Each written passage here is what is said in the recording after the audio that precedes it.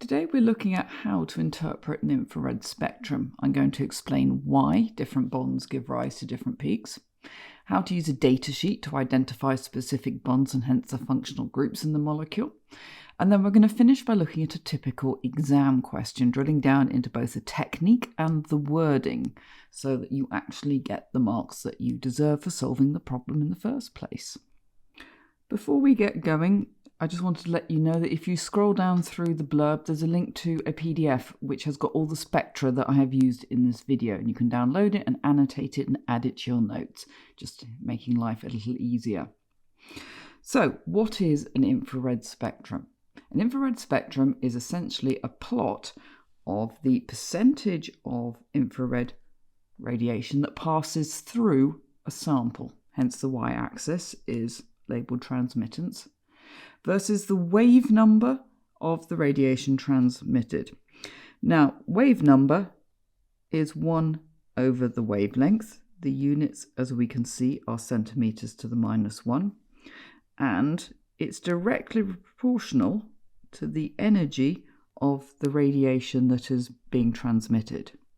If a sample absorbs a particular frequency or energy or wave number, the transmission decreases, and as you can see here, we get distinct downward peaks or troughs. Technically, they're called absorption bands showing up on our spectrum.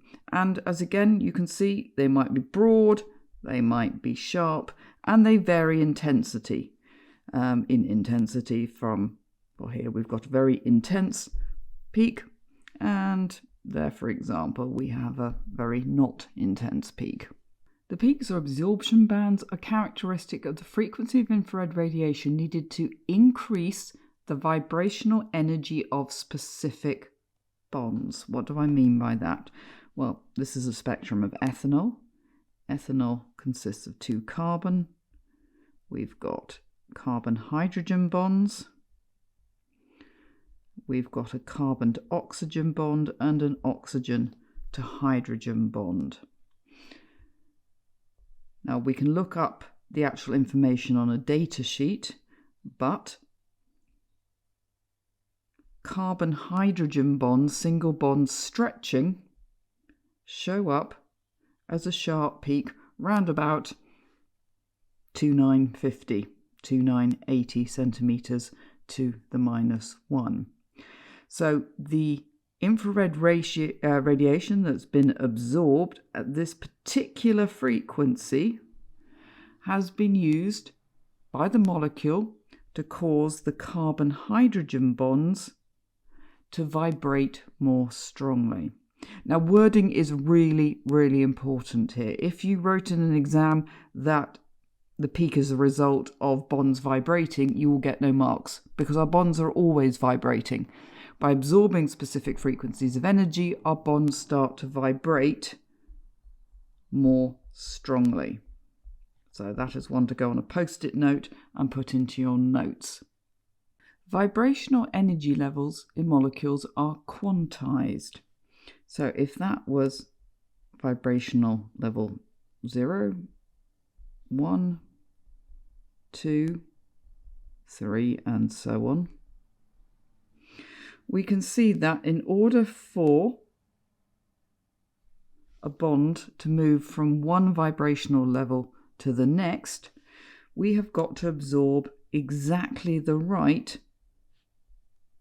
frequency of infrared radiation, specific frequencies of radiation. And this value delta E, the amount of energy, and hence the frequency, the wave number of the energy that is absorbed, is going to be different for different bonds. So the amount of energy it takes to make a carbon double bond oxygen bond vibrate more strongly is going to be different to that of a carbon hydrogen or oxygen hydrogen. And hence this shows up on the spectrum as different peaks. Let's have a look at this on the infrared spectrum for ethanoic acid. So ethanoic acid looks like so. We've got carbon-carbon, double bond oxygen, oxygen to hydrogen, and some carbon-hydrogen. The first thing I want to say, when you're looking at infrared spectra, remember to draw out the molecule and draw out all the bonds. It's very common for students to have an OH group there, but it's the bonds that are important, so make sure that we draw them all out. Okay, so if I am looking at ethanoic acid, what bonds should I expect to see in my infrared spectrum? Well, clearly, carbon-hydrogen, carbon-carbon, carbon double bond oxygen, carbon single bond oxygen, and oxygen to hydrogen. Let's start with a nice clear one. So firstly, oxygen-hydrogen. I can use a data sheet, and I have one here, but once again, your exam board will produce one that's specific for your exam paper. But in it, I can see the oxygen-hydrogen bond for a carboxylic acid should be round about 2500 to 3300. Let's have a look. That there is the absorption band for the OH bond in a carboxylic acid. Wording is key here. It's not for an OH group. It's not for a carboxylic acid functional group. It's for the OH bond in a carboxylic acid. Carbon-hydrogen. Well, this is simply a saturated molecule, so we are looking at carbon-hydrogen for an alkane. 2850 to 2950, and that is it there. Now, often when we've got OH groups in molecule, particularly carboxylic acids, then the CH stretch can be slightly swamped, but it's always there somewhere, and it's always sharp, as opposed to the OH, which tends to be much broader. What else could we pull out? Well, what about the carbon double bond oxygen? That is that peak there. And once again, carbon double bond oxygen, and it's for a carboxylic acid. We need to read the data sheet very carefully, so round about 1700 to 1725 centimeters to the -1. This region here, let me just pull that up there. Anything below round about 1500 centimeters to the -1 is known as the fingerprint region. And it's generally the result of whole molecule vibrations. We can use a database or software to identify a molecule based on its fingerprint region or its spectrum, assuming that our infrared spectrum was taken under exactly the same conditions as that in the database. Hence, it's known as a fingerprint. It's unique to the molecule, but most commonly we're using infrared spectra to confirm the presence of bonds and hence functional groups. The wave number of a peak depends on the type of vibration, the strength, the bond enthalpy of the bond, and the masses of atoms in a bond. So, firstly, short, strong bonds vibrate at higher wave numbers than longer, weaker bonds. So we can see here, it takes more energy to cause a carbon double bond carbon bond to vibrate more strongly than it does a carbon single bond carbon. Similarly, we can see with the carbon-oxygen bonds, generally speaking, well, actually not generally, completely speaking, whichever ones we look at, it takes more energy for a carbon double bond oxygen to move up a vibrational energy level than it does a carbon single bond oxygen. So stronger bonds vibrate at higher wave numbers because in general they're shorter. It takes more energy to make them vibrate.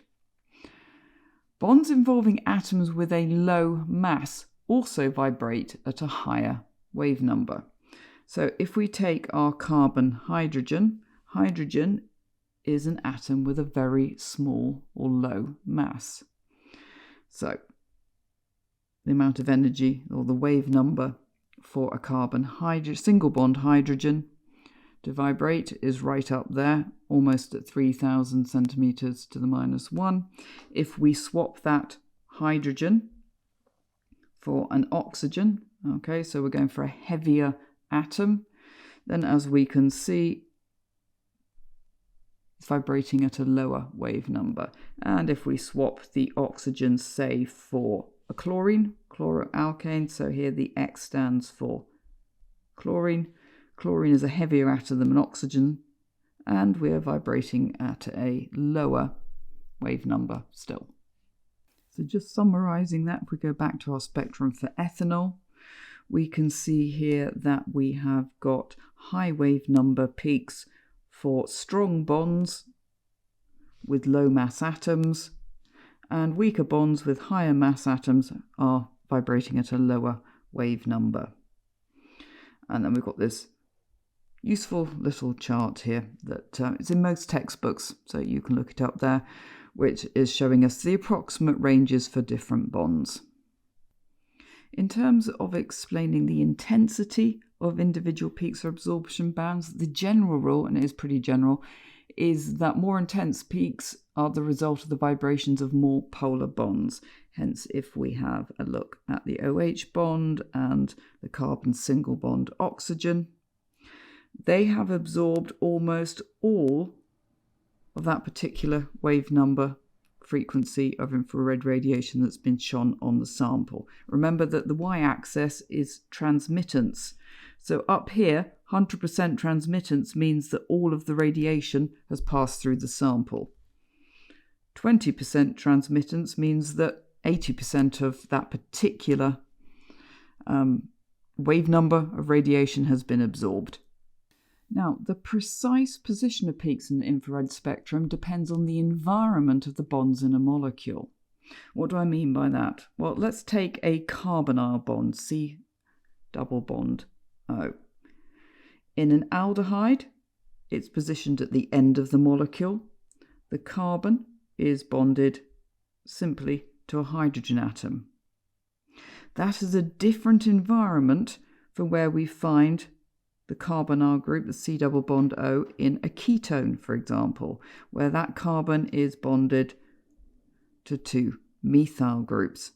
And that's reflected in the slightly different positions where we would find the peaks or absorption bands for those carbonyl groups on a infrared spectrum.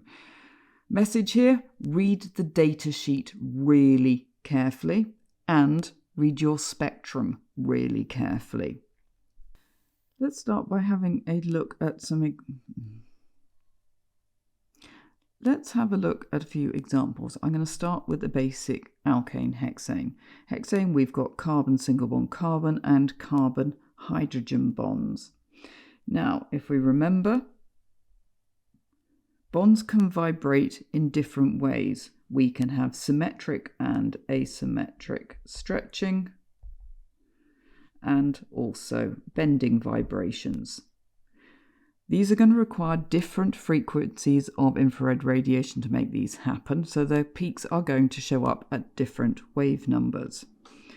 So this peak here at 2950, say, is characteristic of a carbon-hydrogen stretch, and this pair of peaks here of a carbon-hydrogen bending.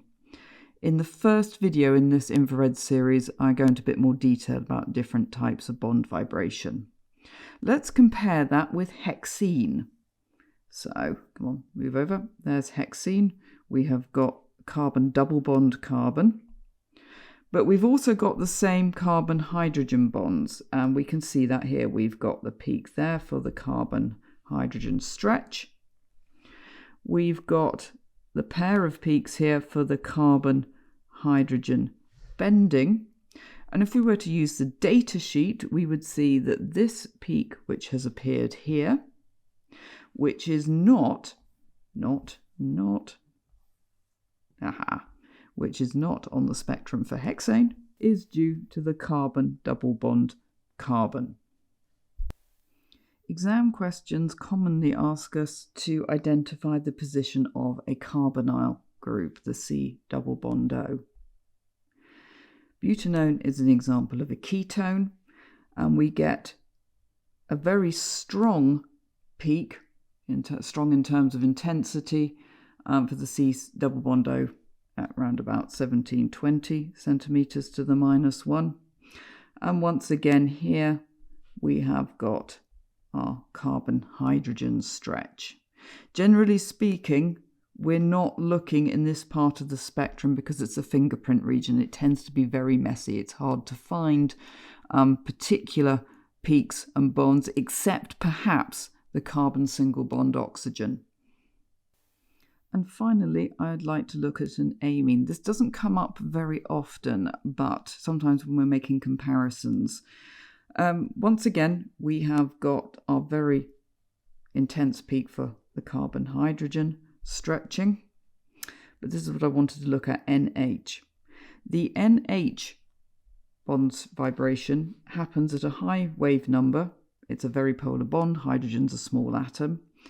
It's always a sharp peak, and it's often very, very tiny. Equally, sometimes when we're making comparisons, students confuse the NH for OH because they have seen a peak to the left of the carbon-hydrogen. They think, oh, it must be an OH bond that we have got there. And that is definitely not the case. OH bonds tend to be far more intense, and they also tend to be rounded. Okay, let's finish by looking at a typical exam question. Identify with reasoning the molecule that is responsible for the infrared spectrum below, and we have got a choice of 4. The first thing to do is to try and get rid of some of the options. Number 1 here, this first molecule, doesn't have an OH group, the other 3 do. Do I have an OH stretch, or is it as simple as saying it must be molecule number 1? It's never that simple. Here it is. We can use a data sheet to confirm that that is the OH stretch. It's that classic broad-shaped, fairly intense peak. So this molecule does have an OH bond, an oxygen-hydrogen bond present. I can label that one as the carbon-hydrogen so that it doesn't confuse me. And another good tip for exam questions and answering exams is write all over the spectra. That's what they're there for. Use them to help you sort out your thinking. Let's have a look at molecule number 3. Molecule number 3 here does not have a carbonyl group. C double bond O is not present. Do I have a carbonyl stretch? Well, yes, I do. There it is. That is the stretch for carbon double bond oxygen. So that means that I am down to either molecule 2 or molecule 4. So let's get rid of those 2. What is the difference between these 2? They've both got a carbonyl group and they've both got an OH group. Well, in molecule number 2, the carbonyl group and the OH are both part of a carboxylic acid functional group. In molecule number 4, I have got a ketone and an alcohol. It is really important when you're looking at these molecules, often they don't draw them out for you, that you draw out the molecule so you can see very clearly all the different bonds and the functional groups that we have got. So, let's start with our carbonyl group. We've got carbonyl for a carboxylic acid versus carbonyl group for a ketone. If I go to my data sheet, carboxylic acid is 1700 to 1725 and ketone is 1705 to 1725. What does that tell me? It tells me that it is absolutely no use using the C double bond O to identify between these 2 molecules, because the stretch, which in this case looks to be at just over 1700, maybe 1705 centimeters to the -1, could be from the carboxylic acid or it could be a simple ketone. So it's down to the 2 OH groups. Let me change my colour here so this stands out a bit. my two OH groups. I've got an OH group that is part of a carboxylic acid, and I've got an OH group that is essentially a primary alcohol group. Let's go back to my data table. Now, alcohol OH group 3,2 to 3,6. Carboxylic acid is considerably lower. The OH peak or absorption band is 2,5 to 3,3. So my OH here, let me just remove that arrow so I can read this off more carefully. Now, often in exams, actually always in exams, this scale is slightly better than the one that I've drawn here. But when I'm reading off a peak, I want to be absolutely clear. And I reckon that's around 3,400 centimeters to the -1. Read off peaks exactly when you're taking them from a spectrum. This OH bond vibration is the result of an alcohol functional group, not a carboxylic acid. So the answer is it's molecule number 4. How do we go about writing this answer so that we actually pick up the marks? Because we've done the hard work. We have identified which molecule this infrared spectrum is for. So, things that we need to be saying. Firstly, I'm going to bullet point my answer, make it nice and clear, that at 1705 centimeters to the -1. Now, because I'm reading it off a spectrum, I am quoting the actual wave number, not the range of the data table. That's for predicting. I'm not predicting, I'm actually reading. So at 1705 centimeters -1, we've got a peak or an absorption band. You can use either wording. That is from carbon, oxygen, bond, vibration. It's really important at this point that you make it clear that you understand that the peak is the result of the bond vibrating, not a functional group or just a general part of the molecule. This could be a carbonyl group in either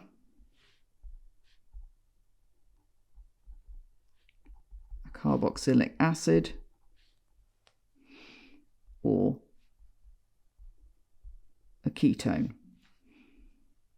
So we're talking about molecules, I'm sure in a real exam they'd be actually labelled 2 and 4. Next bullet point.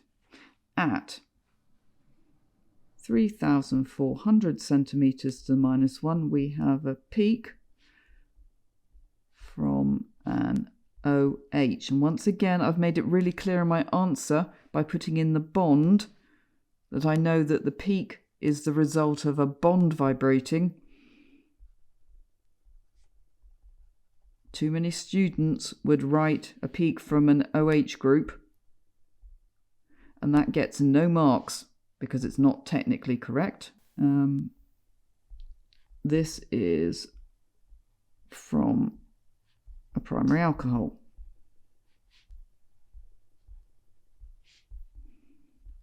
Not a carboxylic acid functional group.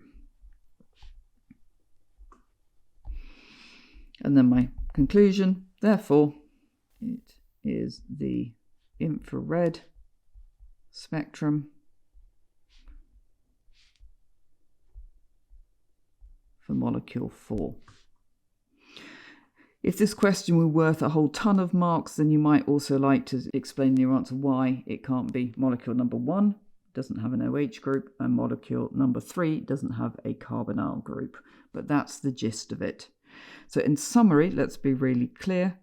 When we're reading peaks off a spectrum, you want to go for the center of the peak and read it really carefully, as accurately as you can off the scale. Please be aware, and this is the case here, that the wave number scale is often not linear, so read it really, really carefully. We want to link the exact absorption band or peak wave number to the bond, and then part number 3, we link the bond to a particular functional group. You'll also find in the blurb below a link to the Crunch Chemistry website, where you can find a whole load more resources and sets of exam questions for a whole range of topics at Chemistry A-level. If this has been helpful, then please hit the like button and subscribe. It makes a huge difference to a small channel like us, and I look forward to seeing you next time.